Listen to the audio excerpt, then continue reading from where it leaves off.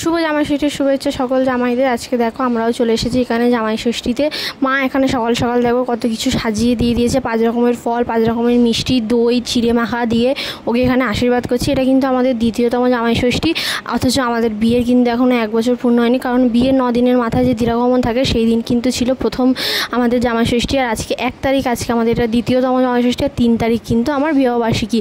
তো দেখো সকালের টিফিন কমপ্লিট করে কিন্তু দুপুরে লাঞ্চে চলে এসেছি। আমার বর বেশি ভাজাভুজি খেতে পছন্দ করে না, এই জন্য আমার মা সিম্পলের মধ্যে শুধু ফ্রাইড রাইস, মাটন আর দেখো ওকে 5 রকম মিষ্টি দিয়ে স্যালাড দিয়ে কিন্তু সাজিয়ে খেতে দিয়ে দিয়েছে। দুপুরবেলা খাওয়ার পর আবারও এখানে দেখো ফল নিয়ে চলে এসেছি। ফল জিনিসটা মুখের সামনে কেটে না দিলে সহজে কেউ খেতে চায় না, সেই কারণে ভাবলাম দুপুরবেলা যখন ফলগুলো রয়েছে অনেকগুলো, তাহলে কেটে কেটে সবাইকে দেওয়াই যাক।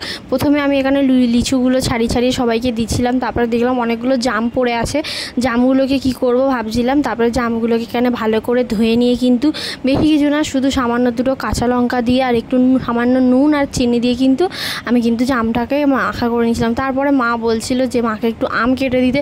ওই যে বললাম ফল জিনিসটা এমন মুখের সামনে কেটে না দিলে কেউ সহজে খেতে চায় না, মাকে এখানে একটু আম কেটে দিচ্ছিলাম আর আমরা আমাদের জন্য একটু জাম মাখা করব। হ্যাঁ, তোমরা কিন্তু আমার চ্যানেলটা অবশ্যই সাবস্ক্রাইব করে রেখো, কারণ 3 তারিখে আমার বিবাহবার্ষিকী, একটা বড় সড়ো ব্লগ আসতে চলেছে। যাই হোক, আজকে তো জামাই ষষ্ঠী, আজকে ঠাকুমা এখানে আসতে পারিনি, ঠাকুমার কাছে পিসির বাড়ি, কিন্তু ঠাকুমা কালকে এখানে আসবে। ঠাকুমা এলেও কালকে কী কী রান্নাবান্না হবে, খাওয়া দাওয়া হবে, তোমাদের সাথে সবই শেয়ার করব। দেখো তো আমি এখানে ওই যে জামটাকে মেখে নিয়েছি নুন আর চিনি দিয়ে। জাম মাখাতে আর কী কী দিলে খেতে ভালো হয় আমি তো জানি না, আমি কোনোদিন মাখাইনি, ফার্স্ট টাইম মাখালাম, ওই জন্য ভাবলাম দুটো কাঁচা লঙ্কা নুন চিনি দিই। অনেক কাউকে দেখেছি গুঁড়ো লঙ্কাও দিতে, আমি গুঁড়ো লঙ্কাটা এখানে দিইনি, শুধু নুন আর চিনি দিয়ে এখানটা মাখালাম কিন্তু দুটো কাঁচা লঙ্কা দিয়ে। তো যাই হোক, খেয়ে তোমাদের অবশ্যই জানাবো কেমন হয়েছে খেতে। তো এখানে আমার জাম মাখাটা নিয়ে চলে এসেছি, আমটা এখানে মাকে দিয়ে দেবো আর জাম মাখাটা আমরা খাবো। তো খেয়ে চলো তোমাদের দেখাই যে কেমন হয়েছে।